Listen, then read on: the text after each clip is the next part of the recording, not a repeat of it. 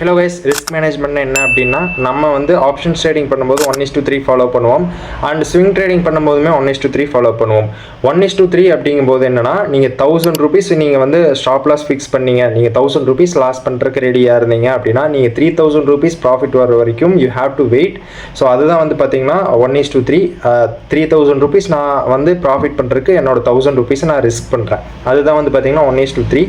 இந்த risk reward ratio வச்சு பார்த்தீங்கன்னா, நீங்கள் 10 ட்ரேட் எடுக்கிறீங்க ஒரு மந்த்தில். அந்த 10 ட்ரேடில் நீங்கள் வந்து 3 ட்ரேட்ஸில் நீங்கள் வந்து ப்ராஃபிட்டபுளாக இருந்து நீங்கள் 7 ட்ரேட் லாஸ் பண்ணாலுமே எண்ட் ஆஃப் த மந்த் நீங்கள் வந்து ப்ராஃபிட்டில் இருப்பீங்க. ரீசன் என்னென்னா, அந்த 3 ட்ரேட்ஸ் வந்து இன்டூ 3 போட்டுக்குங்க. நீங்கள் ஒரு ட்ரேட் ஜெயிக்கும் போது வந்து பார்த்தீங்கன்னா 3000 rupees.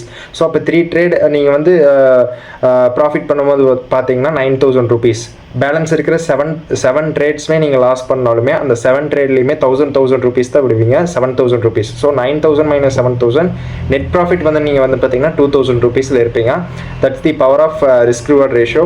ஸோ எந்த ட்ரேட் எடுத்தாலும் சரி, எதர் ஆப்ஷன்ஸ் எடுத்தாலும் சரி, ஸ்விங் ட்ரேடிங் எடுத்தாலும் சரி, இன்வெஸ்ட்மெண்ட்டாக இருந்தாலும் சரி, இன்வெஸ்ட்மெண்ட்டுக்கு வந்து பார்த்தீங்கன்னா risk reward ratio most of the thing follow பண்ண முடியாது. பட் எனிவே ஸ்விங் ட்ரேட்ஸ்லையும் ஆப்ஷன்ஸ் ட்ரேட்ஸ்லையும் வந்து பார்த்தீங்கன்னா 1:3 நீங்கள் ஃபாலோ பண்ணீங்க அப்படின்னா கண்டிப்பாக வந்து end of the week, end of the month வந்து கண்டிப்பாக வில் பி இன் ப்ராஃபிட்டபிள்.